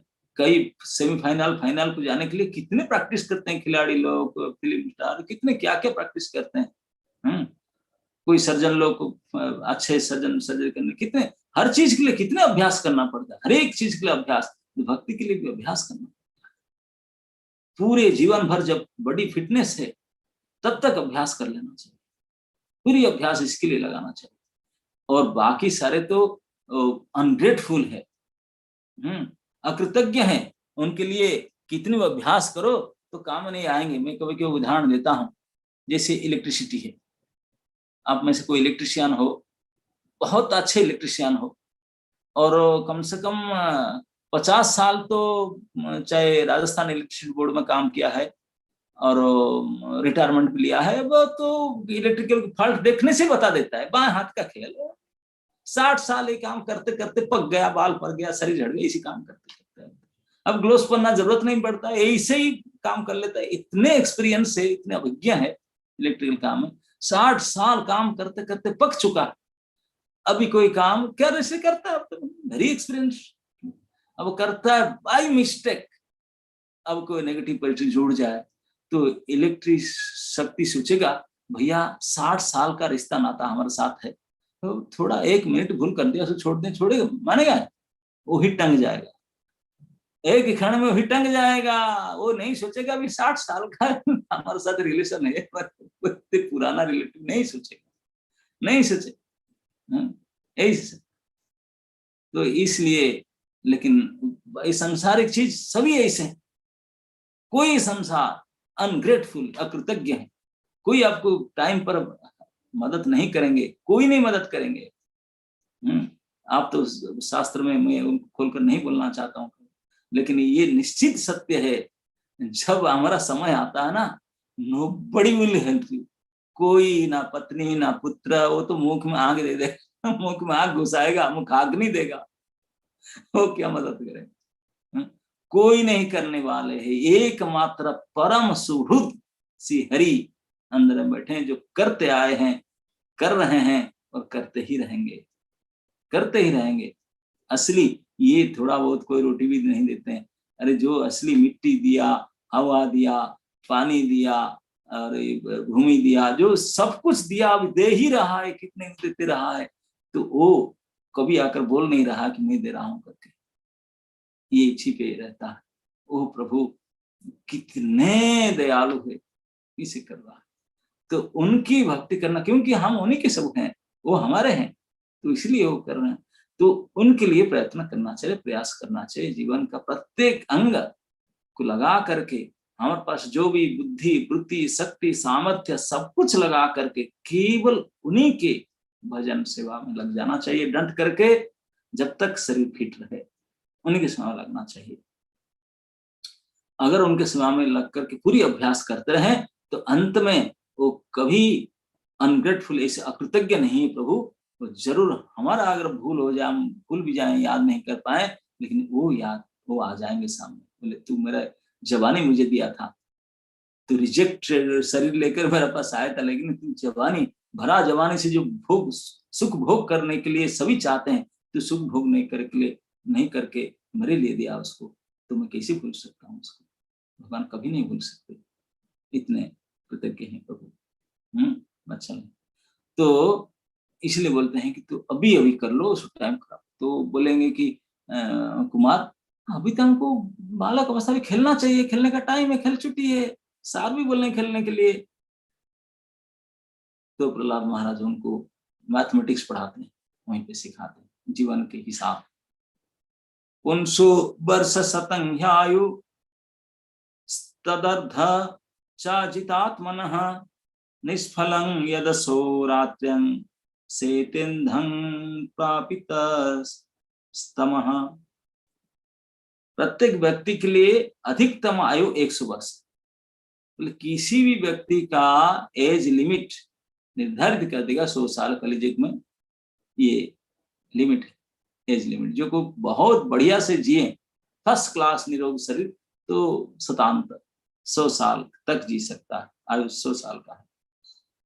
किंतु जो इंद्रिय आसक्त व्यक्ति है, जो इंद्रिय को वश में नहीं किया है, इस व्यक्ति इस 100 साल की आयु में आधा तो सो कर कटा।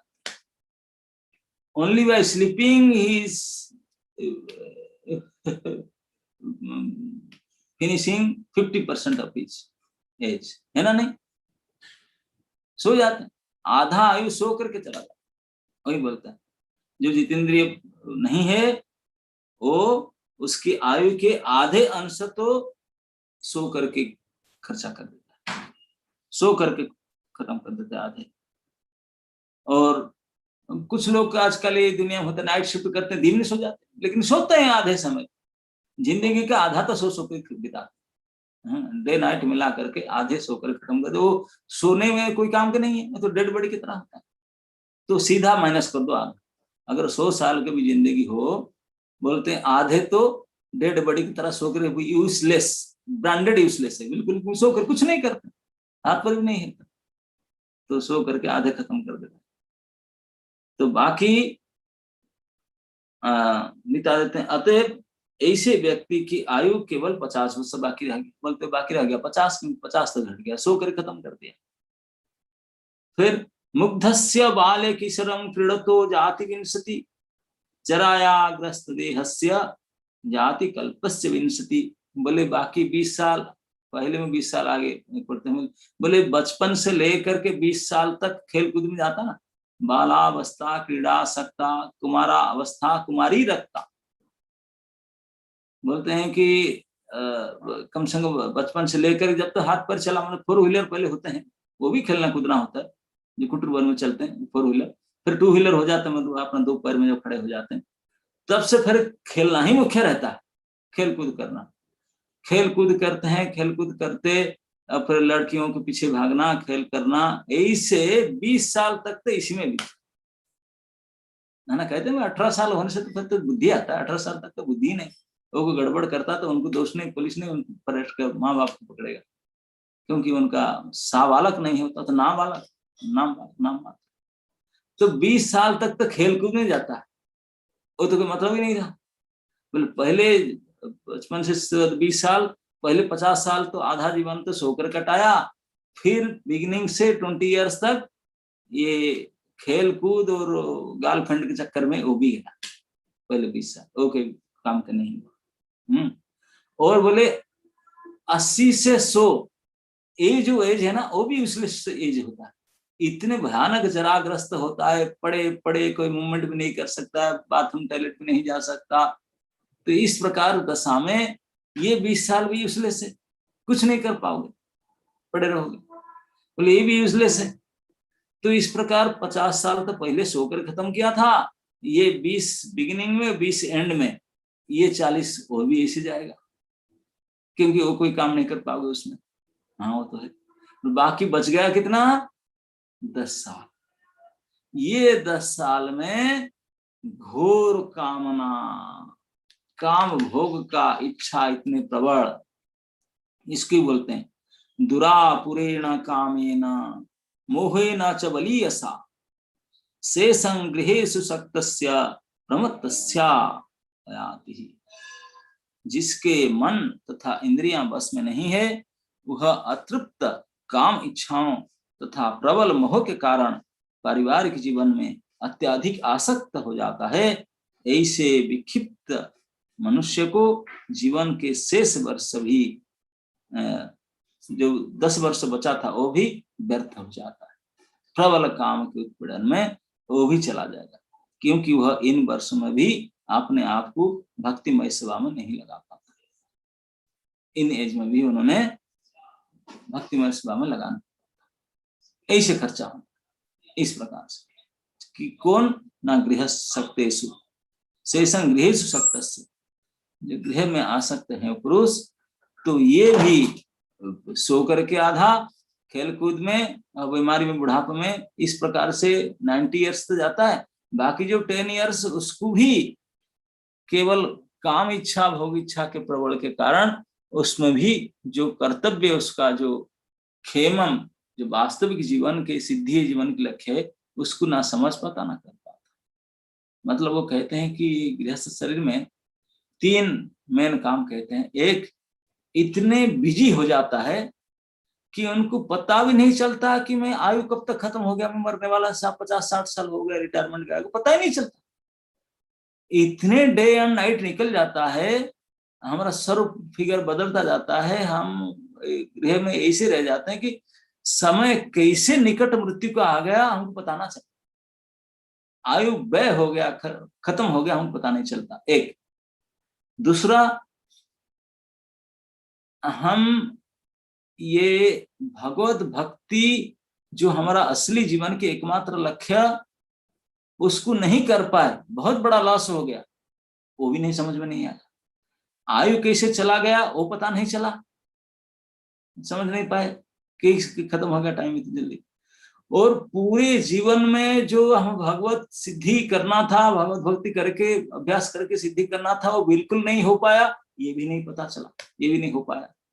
जो करना था, जिसके लिए शरीर मिला था, ये भी नहीं हो पाया। जिस काम के लिए आए थे वो काम भी नहीं कर पाए, शुरुआत भी नहीं कर पाए, वो भी गया, वो पता नहीं चला। और तीसरा, फिर करते क्या है, ये दोनों तो पता नहीं चलता। शरीर खत्म हो जाता, आयु पता नहीं चलता, जो काम करना था वो भी बेकार हो गया, पता नहीं चलता। फिर करता क्या है, न केवल एक ही काम के लिए हाहाकार करके बता क्या, ना कुछ धन क्षय, उपार्जन, जो उपार्जन धन थोड़ा क्लॉस हो जाए, क्षय हो जाने से हाय हाय हाय हाय करते करते इसी केवल पता चलता है। कप्रधक, जो अर्जित धन कभी लॉस हो गया, उसके पीछे चिंताग्रस्त हो करके मरते दम तक मर।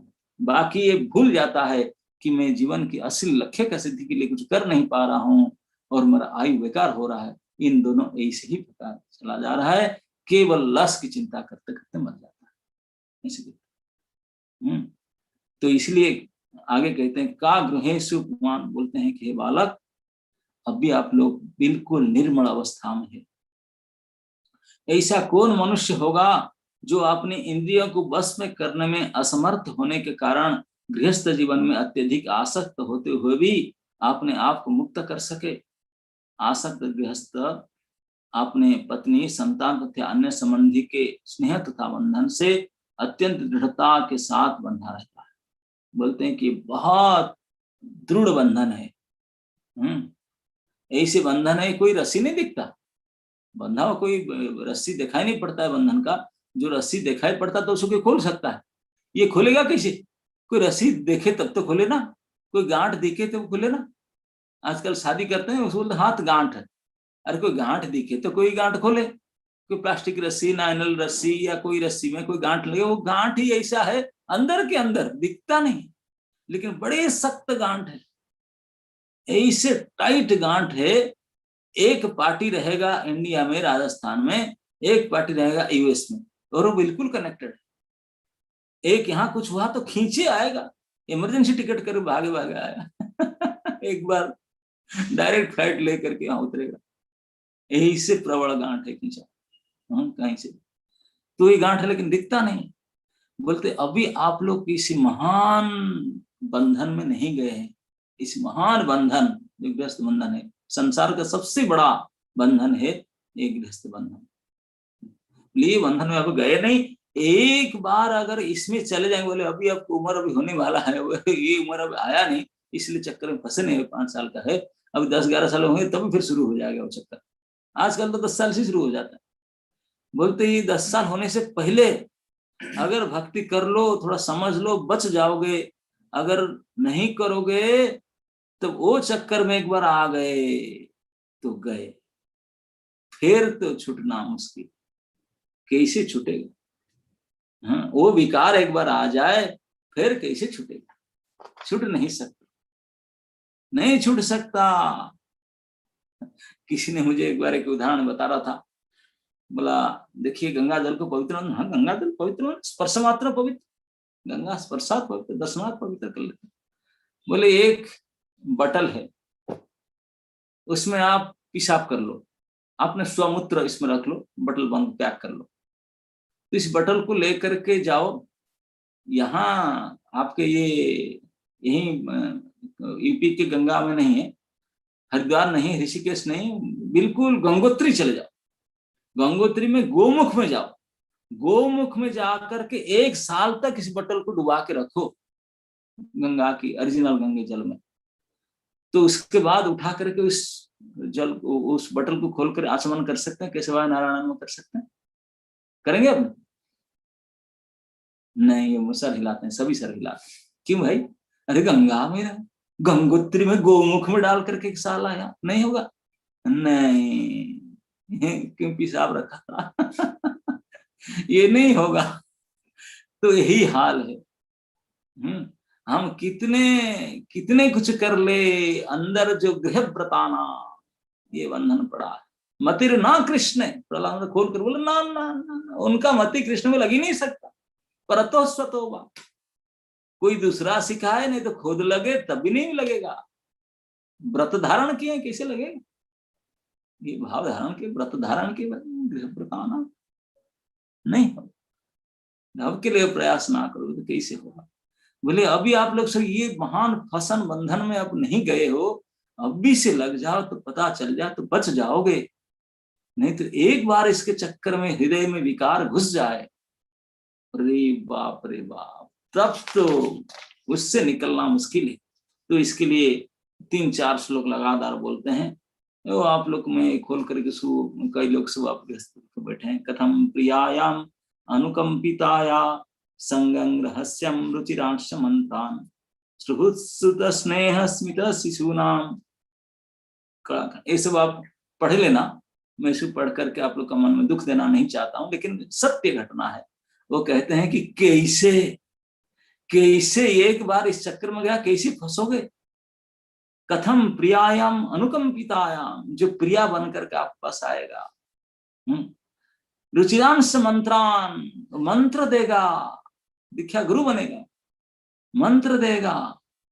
वो जब तक नहीं आएगा तो भाई से भाई बढ़िया एक थाली में खाएंगे, पिताजी की बात मानेंगे, लेकिन ये मंत्रदाता गुरु एक बार आ जाए तो भाई से भी अलग हो जाएंगे, पिताजी से भी अलग हो जाएंगे, अपने कोई फ्लैट लेकर के और कहीं चले, बिल्कुल, क्योंकि मंत्रदाता।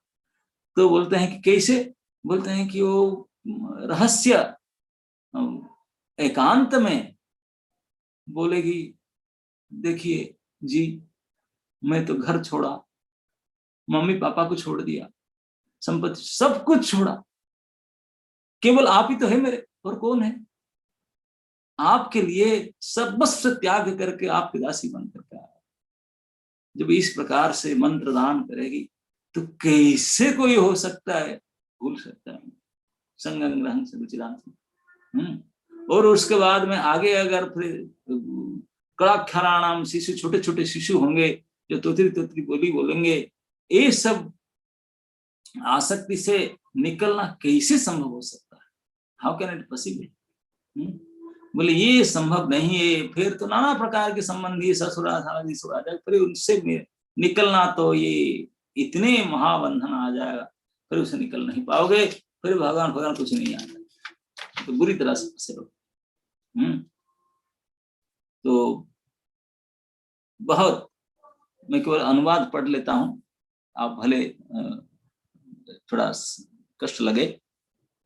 भला ऐसा मनुष्य जो अपने परिवार के प्रति अत्यधिक स्नेहिल हो और जिसके हृदय में सदैव उनकी आकृतियां रहती हो, वह किस प्रकार उसका संग छोड़ सकता है। विशेषकर पत्नी सदैव अत्यंत दयालु तथा अच्छा ये स्नेहानुभूतिपूर्ण होती है और अपने पति को सदैव एकांत में प्रसन्न करती है। भला ऐसा कौन होगा जो ऐसी प्रिय तथा स्नेहिल पति के संगति का त्याग करता है। छोटे छोटे बालक तोतली बोली बोलती हैं जो सुनने में अत्यंत मधुर लगती है और उनका स्नेहिल पिता सदैव उनके मधुर शब्दों के विषय में सोचता रहता है। वह भला उनका संग किस प्रकार छोड़ सकता। किसी भी मनुष्य को अपने वृद्ध माता पिता, अपने पुत्र तथा पुत्रियां भी अत्यंत प्रिय होते हैं। पुत्री अपने पिता की अत्यंत लाडली होती है और अपनी ससुराल में रहती हुई भी वह उसके मन में बसी रहती है। भला कौन है जो इस संग को छोड़ेगा। इसके अतिरिक्त भी घर में अनेक अलंकृत साज सामग्री होते हैं और अनेक पशु मतलब गाड़ी, आजकल तो फोर व्हीलर घोड़े आदि हाथी होते हैं, आजकल फोर व्हीलर होता है, टू व्हीलर भी होता है, अनेक स्व गाड़ी घोड़ा सेवक भी रहते हैं। भला ऐसे आराम को कौन छोड़ना चाहता है। आसक्त गृहस्थ उस रेशम की कीट की तरह, रेशम की कीट तरह जो आपने चारों ओर धागा बुनकर आपने आप को बंदी बना लेता है और फिर उससे बाहर निकल पाने में असमर्थ रहता है। केवल दो इंद्रियां, काम इंद्रियां तथा जिह्वा की तुष्टि हेतु मनुष्य भौतिक दशा में बंध जाता है। कोई इनसे कैसे बच सकता है। कैसे बोलते वो रेशम के कीड़े की तरह, रेशम के कीड़े अपने बनाता है घोंसला, तो ऐसे बनाता है कि बनाते बनाते वो बाहर जो निकलने वाला रास्ता उसको भी बंद कर देता है, फिर उसके अंदर रास्ता नहीं मिलता, मर जाता। हम यही से संसार में एक बार प्रविष्ट हुए तो बस यही से बुलबुलैया घर उसे निकल नहीं पाएंगे, मरेंगे और एक बार मरेंगे नहीं, मरते ही रहेंगे अनंत बार तक, बारंबार आएंगे मरेंगे आएंगे मरेंगे, लेकिन निकल ही नहीं पाएंगे। कोई विशेष भक्त की कृपा हो, धक्का मार के खींच करके निकाल ले तो निकाल ले भले, नहीं तो कैसे निकले। इंद्र भी जब स्वरिन बनी, शुकर बनी, आपने स्वरिन के साथ तो गट्टर में ब्रह्मा जी बोले है तो इंद्र है, चलो ना हम हैप्पी है।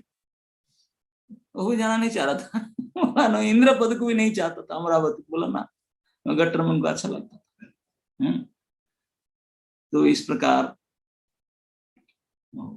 लाइट चला गया। अत्यधिक आसक्त मनुष्य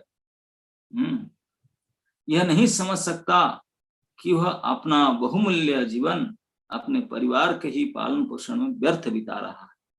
वह यह भी नहीं समझ पाता है कि यह मनुष्य जीवन जो परम सत्य के साक्षात्कार के हेतु उपयुक्त है, उसका उद्देश्य अनजाने में भी विनष्ट हुआ जा रहा है। फिर भी वह इतनी चतुरता एवं सावधानी से दिखता रहता है कि दुर्व्यवस्था के कारण एक ही दमड़ी न खोई जाए। इस प्रकार यद्यपि भौतिक संसार में आसक्त व्यक्ति सदैव तीनों प्रकार के कष्ट सहन करता है, किंतु वह इस संसार के प्रति अरुचि उत्पन्न नहीं कर पाता। तो इसलिए ये भक्ति के अभ्यास करना चाहिए, नहीं तो अभी इस अवस्था से ना किए, अगर इस प्रकार के विकार अवस्था से चले गए तब तो निकलना मुश्किल है, फिर तो नहीं हो। वही बात को याद दिलाते हैं राजा महाराज ने, बी केयरफुल फ्रॉम नाउ, अभी से सावधान, साधु सावधान, सावधान, अभी सावधान। यदि कोई मनुष्य पारिवारिक भरण पोषण के कर्तव्य के प्रति अत्यधिक आसक्त होने के कारण अपनी इंद्रिय को बस में नहीं कर पाता, तो उसका मन सदैव इसी में डूबा रहता है कि धन का संग्रह कैसे करें।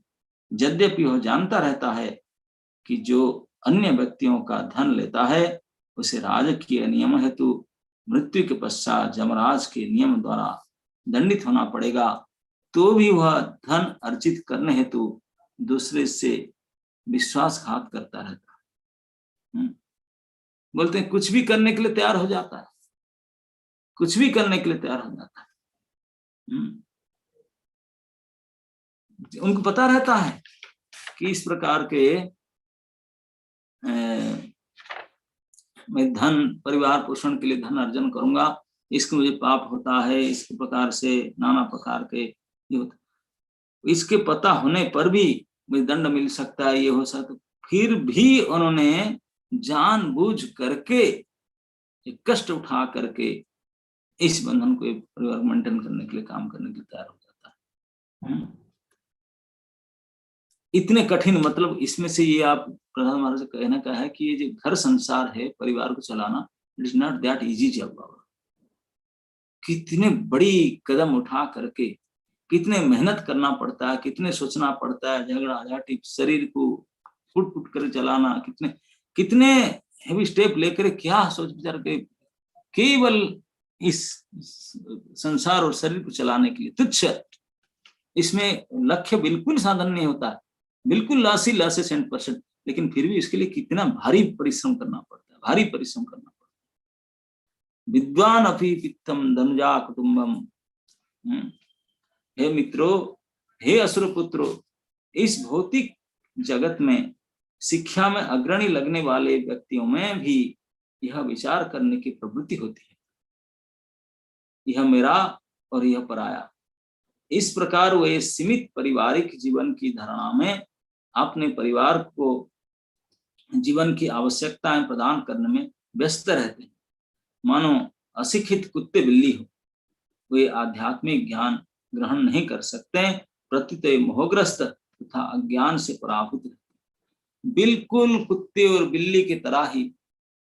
इस प्रकार प्रभुपाद जी ने इस श्लोक में लिखते हैं, मानव समाज में मनुष्य को शिक्षित करने के प्रयास किए जाते हैं, किंतु पशु समाज में न तो ऐसी व्यवस्था है, न ही पशुओं को शिक्षित किया जा सकता है। अतः पशुओं एवं अल्पज्ञ मनुष्यों को विमूढ़ अमोहग्रस्त कहा जाता है, जबकि शिक्षित मनुष्य को विद्वान कहते हैं। वास्तविक विद्वान वह है जो इस भौतिक जगत के अंदर अपनी स्थिति को समझने का प्रयास करता है। उदाहरण देते हैं, जैसे सनातन गोस्वामी श्री चैतन्य महाप्रभु के चरण कमल में शरण ली, तो उनके प्रथम प्रश्न था कि आमी केने आमाय जारे तापत्र। वे अपनी वैधानिक स्थिति जानना चाहते थे और यह जानना चाहते थे कि इस भौतिक संसार में ये 3 प्रकार के दुख क्यों उठा रहे हैं। यह शिक्षा की विधि है। यदि कोई यह ना पूछकर कि मैं कौन हूं, मेरे जीवन का लक्ष्य क्या है, ये कुकर शुकर की भांति प्रसुप्ति से अपने पालन करे जीवन को, तो उसकी शिक्षा से क्या लाभ, शिक्षा प्राप्त करके क्या लाभ। पशुवृत्ति मतलब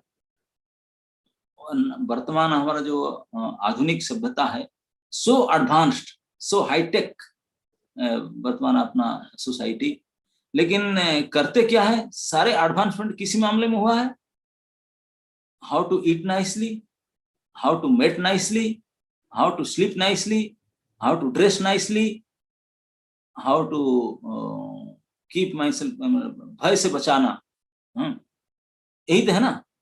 सारी मुख्य जो सामान्य क्रिया है, आहार, निद्रा, भय, मैथुन, यही 4 में ही प्रमोशन बहुत हुआ है, बहुत हाई टेक्निकली बहुत एडवांसमेंट कर चुका है।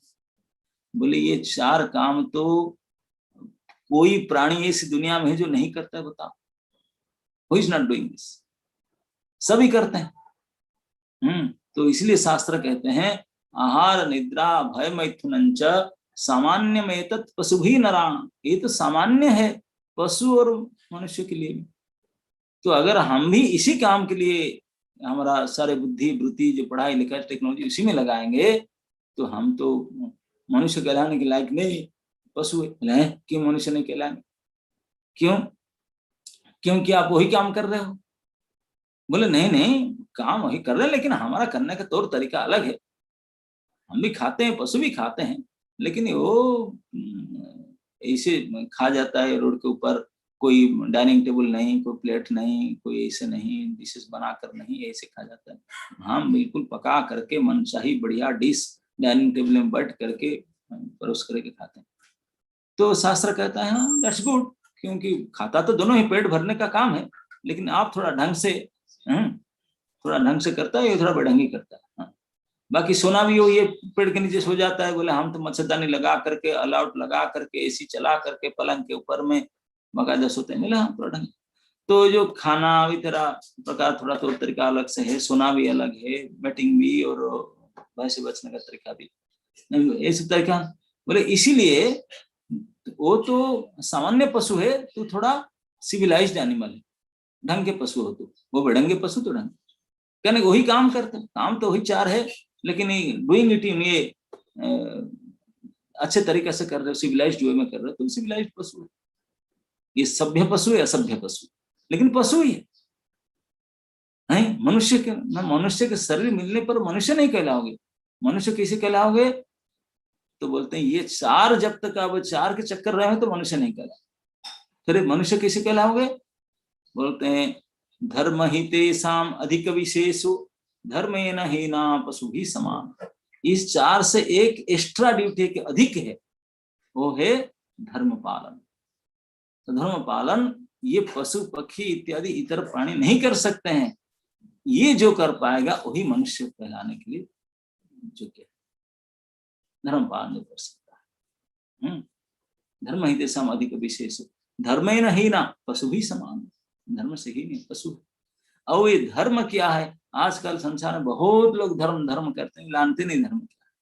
हिंदू धर्म, मुस्लिम धर्म, ईसाई धर्म, ये धर्म होता, ये सारे बेकार बकवास है। कोई शास्त्र में इस धर्म को नाम निशान नहीं। धर्म ही साक्षात भगवत प्रणीतम। धर्म के नियम, जैसे हमारे स्टेट लॉ, सेंट्रल लॉ, अलग अलग स्टेट में अलग अलग लॉ होता है, अलग अलग कंट्री में अलग अलग लॉ होता है, लेकिन एक लॉ होता है जो सुप्रीम पावर श्री भगवान का, ये सबके लिए समान होता है, प्राणी मात्र के लिए समान होता है। वो जो लॉ होता है इसको बोलते हैं धर्म। धर्म तो साक्षात भगवत प्रणीतम, साक्षात भगवान के दिया गया जो नियम वो है धर्म, इसको पालन करना, ये धर्म, उससे कोई नहीं बच सकता। ये धर्म को जो नहीं जानता, जो नहीं पालन करता, मनुष्य परिवर्तित हो नहीं सकता। तो इसलिए ये शिक्षा के कितनी आवश्यकता है, जिसे शुरू बोलता था, कोई अगर, क्योंकि इस कार्य को भक्ति आदि करके जीवन की संसिद्धि को प्राप्त करने के लिए जत्नशील, समझना, उसके लिए प्रयास करने के आदमी तो बहुत रेयर, बहुत कम है। बाकी सब छोड़ो, ये तो करते रहते हैं, हरे कृष्ण वाला है, ये वो वाला है, ये वाला, इसे करके अपना टाइम पास खा पी कर मन मार जाते हैं।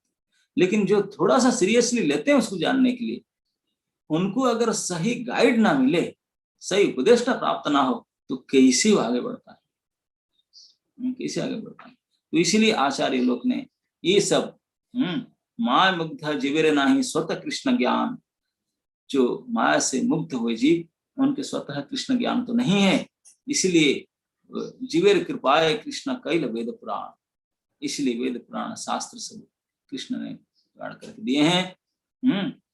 और ये शास्त्र के द्वारा कृष्ण ने क्या लिखे ना, शास्त्र गुरु आत्मा रूपे आपना जानान, स्वयं सिखाते हैं अपने आप को इस तीन प्रकार से, गुरु के रूप में, शास्त्र के रूप में, साधु के रूप में, आपने को सिखाते हैं। क्या सिखाते हैं? कृष्ण जीव समझ जाए, कृष्ण मोर प्रभु त्राता जीवेर है ज्ञान। जीव का अगर इतने ज्ञान हो जाएगा, यही मेरे प्रभु, मैं ही उनका हूं, वो मेरे है, वही मेरे पालन करता, रक्षा करता, सब कुछ वही है, इतना जीव के ज्ञान हो जाए, इसी के लिए शास्त्र प्रमाण साधु गुरु सब भगवान व्यवस्था करते हैं मानव जीव के लिए। तो यही प्रहलाद महाराज भी सिखाते हैं, सिखा करके बहुत बोलते हैं कि देखिए, इसीलिए हे असुर बालकों, ये सब काम छोड़ करके, अभी ये सब खेल कूद छोड़ करके please get together and will chant Hare Krishna नाम। अब हरे कृष्ण कीर्तन करेंगे। लोग बोलते हैं कि भक्ति करेंगे, इसमें दिक्कत नहीं। बोले इसमें तो दिक्कत नहीं, बहुत इजी है। ये जो भगवत भक्ति है, ये संसार के जावतीय काम तो बहुत कठिन है, लेकिन ये सभी के भक्ति, ये सब काम से तुलना में बहुत इजी है। बोले यही सब काम के लिए तो कई दूर जाना पड़ता है पढ़ने के लिए, कितने फीस जमा करना पड़ता है, क्या सब करना पड़ता है। बोले भगवान कुछ नहीं है, सर्वत्र है, सर्वव्यापक है, कहीं भी बैठ करके किसी भी स्थान में किसी प्रकार से उनको आप पा सकते हैं, क्योंकि वो हर जगह में है, हर प्रकार से है, किसी भी रस में किसी भाव में उनको भजन कर सकते हैं। इतने आसान है हरि भजन, इतने आसान है, इतने आसान है, नाम मात्र, केवल नाम मात्र जप करो। इस कलियुग में तो दूसरे कुछ उपाय नहीं, हरे नाम एवं केवलम। तो इतनी आसान है, इतने सुविधा है, और उनका परिणाम का तो कोई तुलना ही नहीं, कोई कड़ना ही नहीं।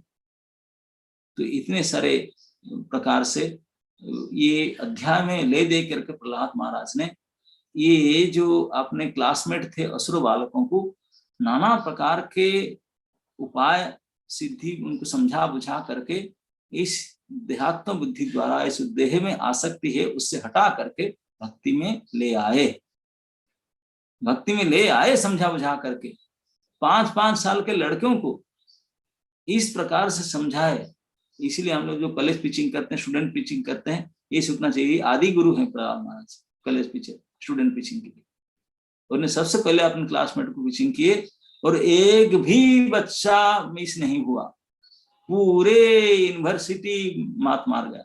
इसीलिए तो हिरण्यकशिपु को मर्डर करना चाहा, बोला तू अकेला खराब था, बिगड़ा था, पूरी यूनिवर्सिटी बिगाड़ दिया। केवल डायरेक्टर और प्रिंसिपल बच गए, बाकी सारे भक्त बन गए, बाकी सबको भक्त बना दिए। प्रहलाद महाराज के उपदेश इतने जोरदार था, इतने हार्टी टचिंग था, इतने पावरफुल था, इतने टू दी पॉइंट था कि छोटे छोटे बालक सब टुगेदर इतने समझ में आ गया।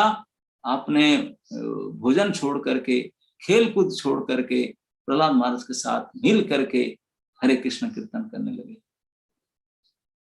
वो सबसे आसान है, प्रभुपाद जी ने करके दिखाया।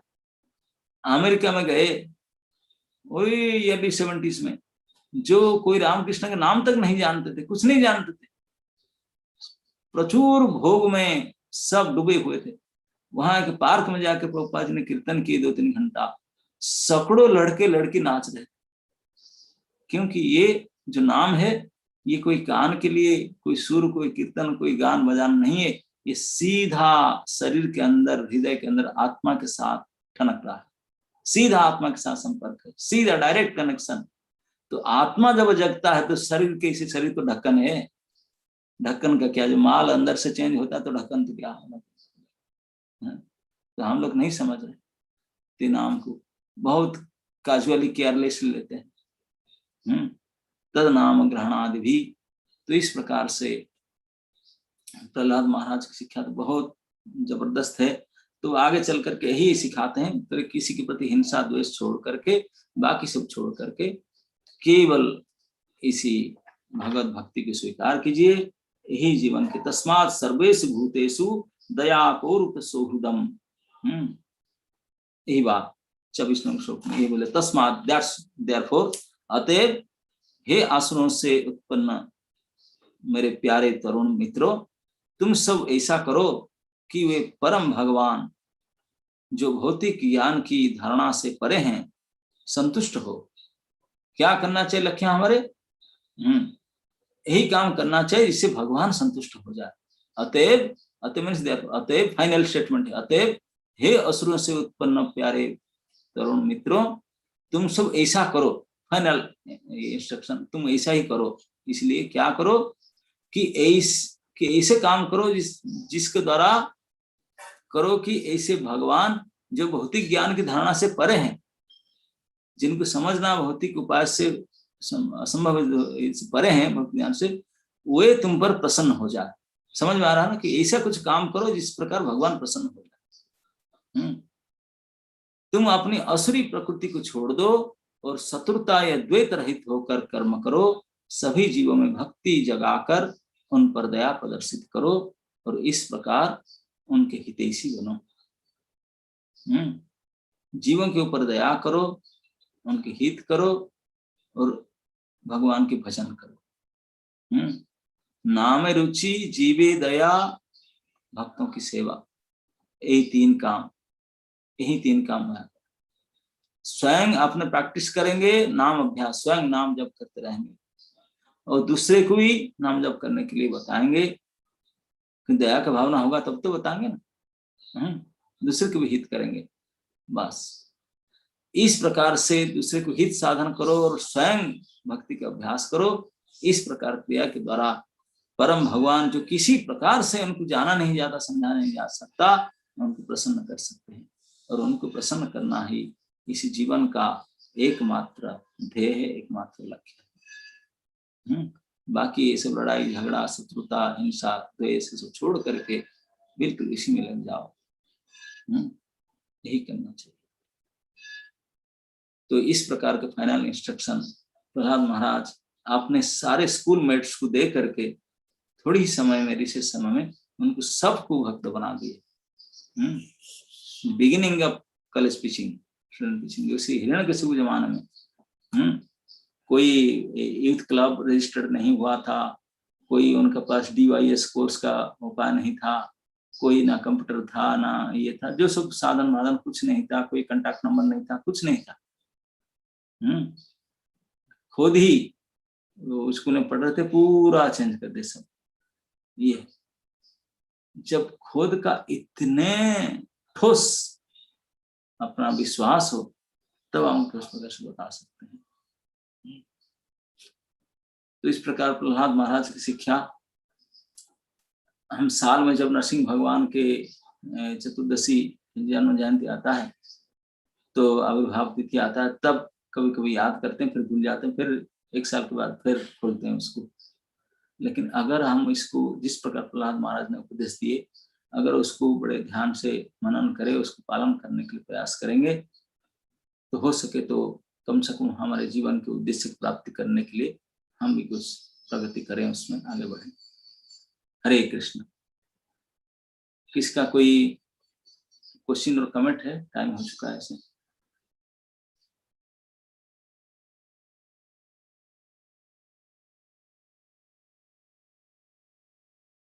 अनेक लोग सच छोड़ कर जा चुके मुझे लगता है।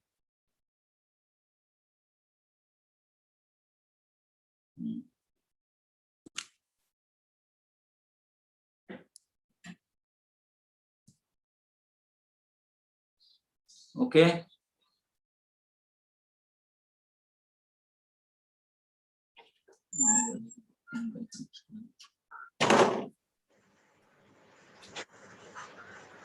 किसी का कृष्णा। ओके, यस महाराज, मैं तो ग्रेटफुली आपको थैंक्स देने के लिए बोलना चाहता हूँ। और आपकी कथा सुनने में लाभ, रोमांच और डर और भविष्य के लिए आशा सब कुछ एक साथ दिखाई पड़ता है। शुरू से एक मेरा अनुभव रहा है कि जब भी कोई वैष्णव कुछ कथा कहते हैं तो हमेशा लगता है कि शायद ये सब कुछ मेरे बारे में ही कह रहे हैं। हमेशा हर कथा में मेरे को लगता है कि जितनी चर्चा है सिर्फ मेरे बारे में है। तो बहुत ही प्यूरिफाइंग होता है ये पूरा एक्सपीरियंस आपसे सुनने का। मुझे उम्मीद है कि हम सबों को इतना बेहतर लगा होगा। और महाराज से आग्रह की कभी कभी ऐसे ही अवसर निकाला कीजिए हमारे लिए भी, इस क्लास के लिए भी और भविष्य में भी। और महाराज हम सबों पे दया करिए, कृपा करिए और हमें आशीर्वाद दीजिए कि हम प्रयत्न करके इस रास्ते पे आगे बढ़ सकें। ऐसी हमारी इच्छा अपेक्षा। Hare Krishna. Thank you so much. हम सब लोग महाराज का धन्यवाद करने के लिए एक बार हरे कृष्ण महामंत्र का उच्चारण करेंगे। हरे कृष्णा कृष्णा कृष्णा हरे हरे हरे राम राम राम हरे हरे। दंडवत प्रणाम। धन्यवाद महाराज। Thank you very much on behalf of all of us. Hare Krishna. Yes, Hare Krishna. कुछ बोल रहे हैं आप? बोलिए बोलिए। हाँ महाराज प्रणाम। महाराज आप एज यूजुअल आपका अद्भुत कथा और प्रभु जी से मैं सहमत हूँ कि प्रभु जी बोल रहे हैं कि सारे सारे भाव रस आ गए आज कथा सुनकर।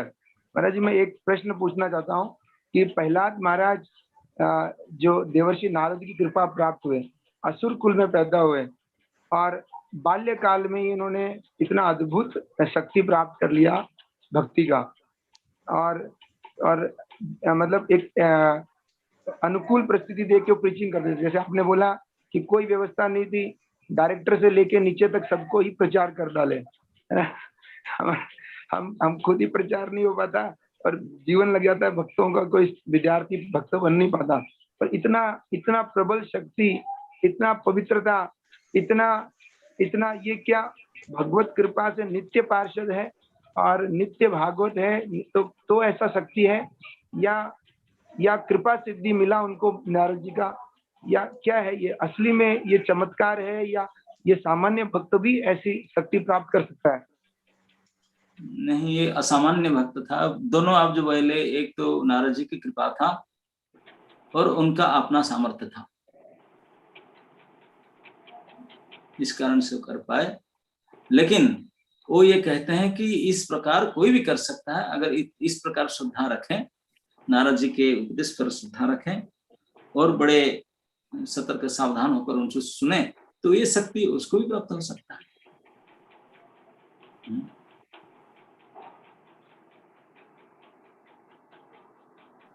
ओके, हाँ ठीक है। somebody else हाथ उठा रहे के 2 हाथ दिखाई पड़ रहे थे, नाम तो नहीं।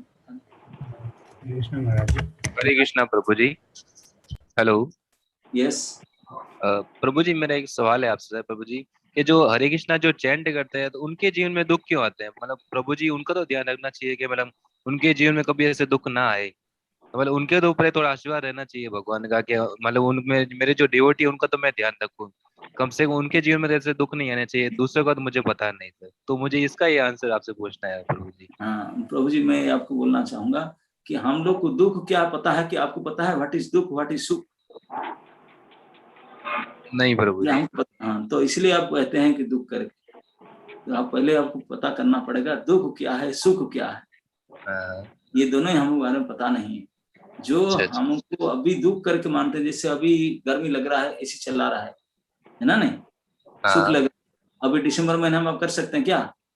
वही आपके लिए दुख कर ही होगा। तो इसलिए आप सुख दुख का परिभाषा का ज्ञान ही नहीं, समझ नहीं आता, तो इसलिए हमें तुरंत बोलते हैं कि हमको ऐसे क्यों करते हैं, भगवान का दोष देते हैं। ऐसा नहीं है। ये सब बोला ना, हम देह जब से, जिस दिन से देह प्राप्त किए, देह के साथ कितना इस प्रकार के व्यवहार होगा ऑलरेडी प्रिंट आउट आया, फिक्स होकर आया, तो इसी के चक्कर में मत पड़िएगा, है ना। नहीं तो प्रभु जी, मेरा एक सवाल है, जो धन के पीछे जो मतलब जो बिजनेसमैन जो बनते हैं, क्या उनके जो पास कर्मा काम करते हैं, जो मतलब जो जितने बड़े जो धनवानी है, मैंने प्रभुपाद जी की बुक्स पढ़ी थी, सेल्फ रियलाइजेशन, तो उसमें बताता है कि हर कोई अडानी नहीं बन सकता, उसका पास कर्मा काम करता है और तभी बन सकता है, मतलब उसके कुछ काम किया होगा। क्या ये सच है? सच है, बिल्कुल सही। तो यानी जिसके कर्म में अगर ये मतलब जो पैशन ने जो स्वामित्व ऐसे अडानी तरह बना हुआ नहीं लिखा है, तो नहीं मिलेगा, मतलब चाहे कितने भी प्रयास कर लो वो। बिल्कुल बिल्कुल नहीं मिलेगा। अच्छा, लेकिन इसका मतलब आप बोलेंगे प्रयास, पुरुषार्थ नहीं करेगा, पुरुषार्थ करना पड़ेगा, लेकिन जिनके लिए करना चाहिए उनके लिए करना चाहिए। हाँ प्रभु जी, तो फिर भी कहते हैं कम कर्म तो करना ही पड़ेगा प्रभु जी, भगवान ऐसे बैठे बैठे तो नहीं देंगे। करना पड़ेगा। कर्म किस लिए तत् प्रयास न कर्तव्यम यथा आयु परम न तथा विन्दते खेमं मुकुंद चरणाम्बुज। बोले इस प्रकार के फालतू काम मत कीजिए केवल सुख प्राप्ति के लिए। ये तो पहले से ठीक है, तो इसके लिए क्यों प्रयास कर रहा है? प्रयास इसके लिए करो जिसके लिए जो करने से ही मिलेगा, जो कर्म के अधीन में नहीं है, जो कर्म के लाभ में नहीं आता है, उसको करने से होता है, नहीं करने से नहीं होता। और जो करो न करो मिलने वाला है, उसके लिए क्यों करें? सही है। जो मिला है वो, जो मिलने वाला है वो मिलके ही रहेगा। मिलके ही रहेगा। जी जी।